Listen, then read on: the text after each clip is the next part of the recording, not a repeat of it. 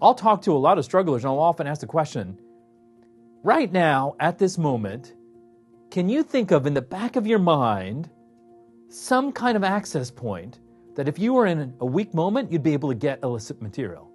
Most of them can think about at least one, which shows me they haven't gone 110% of the way in cutting off access. So what does that mean? Well, let's think about practically what does that look like in cutting off access, for example, on a phone. First things first, you just got to get rid of the browser that's the standard browsers like Safari or Firefox, because they're not helping you, because they provide you a clean and clear way to get to the dirty and illicit material. So you got to get rid of that browser and put on a monitored browser on your phone. Something, for example, like Coven Eyes offers.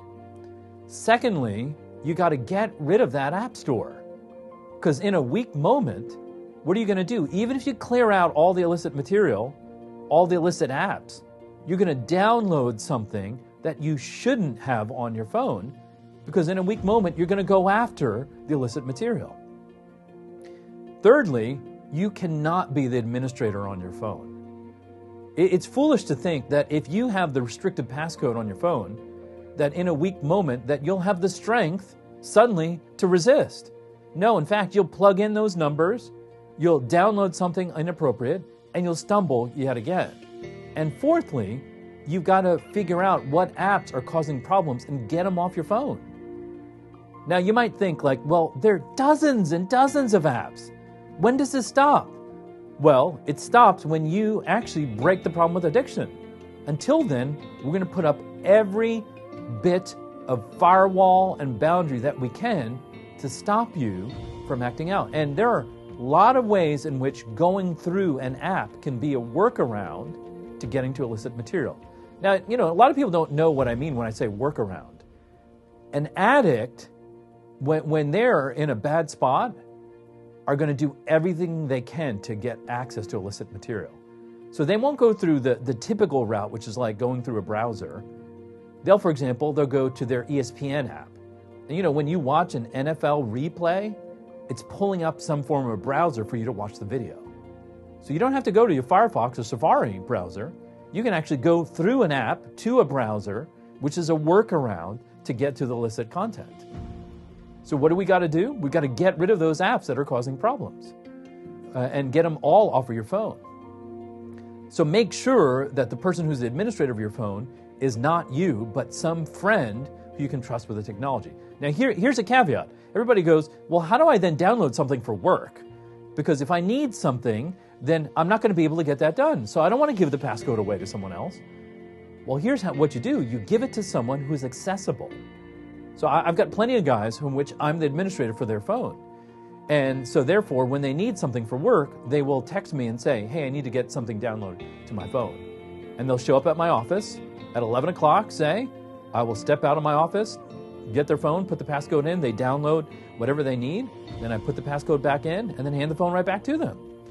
Simple as that. Now you think, well, I don't know that I can get over there right away in the middle of the day. I'm in a busy work day. Oh, well, most of my children don't realize why different young men show up at our back door in the middle of the night. They come over at 7, I step out of the backyard, they hand me the phone, put in the passcode, they download what they need, set the restrictions again, hand the phone right back to them. And therefore, I try to be really accessible to help them out so that any of the other things that end up being problems, like access to other versions of apps or technology, well, we can work around that. We can figure out what to do to make sure you don't have to take down your firewall that protects you. Now, the flesh is very creative. I gave you some basic practical guidelines on how to handle your phone. But I'm sure there's dozens of other ways that addicts will find to get access to illicit technology.